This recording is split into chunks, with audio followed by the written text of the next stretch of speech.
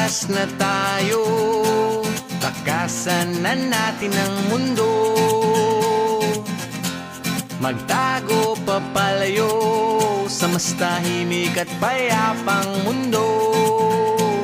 Umubulong ang hanging amihan at huni ng ibon. Dumudulog at tinatawag na tayo ng bundok.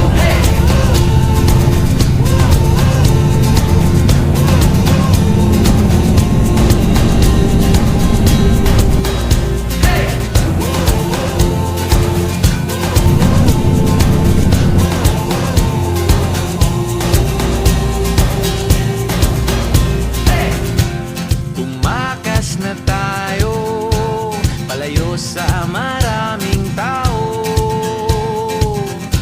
Tumiwalay at magtago sa maingay at malabong mundo.